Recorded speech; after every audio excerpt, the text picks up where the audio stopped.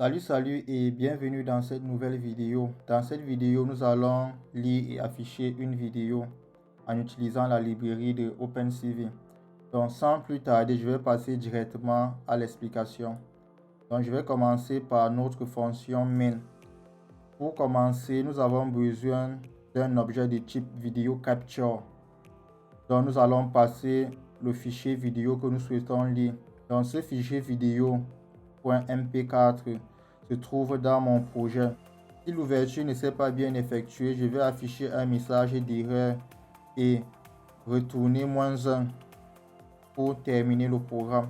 Ensuite, lorsque nous avons vérifié si l'ouverture de notre fichier s'est bien effectuée, nous devons utiliser une boucle while pour lire notre vidéo. Ce qu'il faut noter, c'est qu'une vidéo, c'est une série d'images. Ce qui veut dire que nous avons besoin de lire image par image et utiliser la fonction imshow pour afficher chaque image de la vidéo sur notre écran. Donc, dans notre boucle while, nous avons besoin de définir une matrice que je vais appeler frame. Et ensuite, nous devons capturer chaque image de notre fichier vidéo que nous avons sauvegardé dans l'objet cap dans notre matrice frame. Et ensuite, je vérifie si la matrice est vide. Parce que lorsque nous allons lire chaque image de notre fichier vidéo, à la fin, l'objet capture sera vide.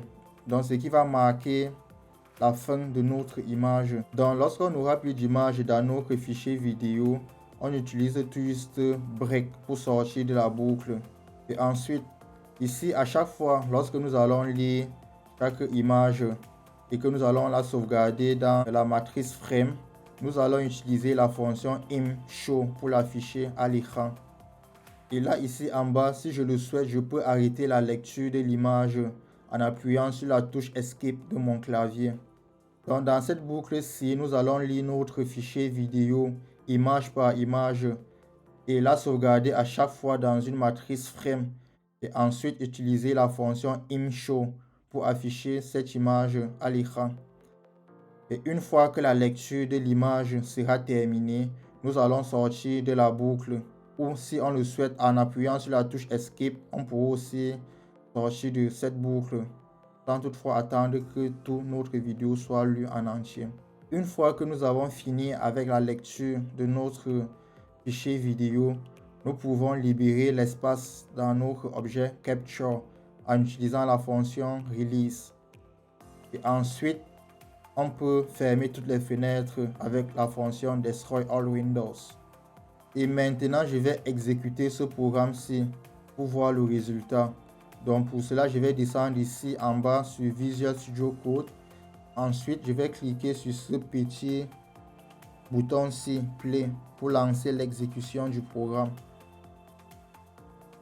Et là, on peut voir notre vidéo qui est en lecture.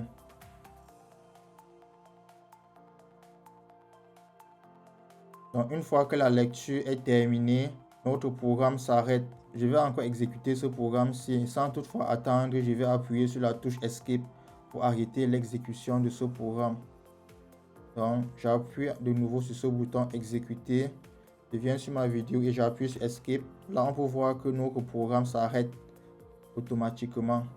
Ok, c'était tout pour cette vidéo. Merci d'avoir suivi cette vidéo jusqu'à la fin.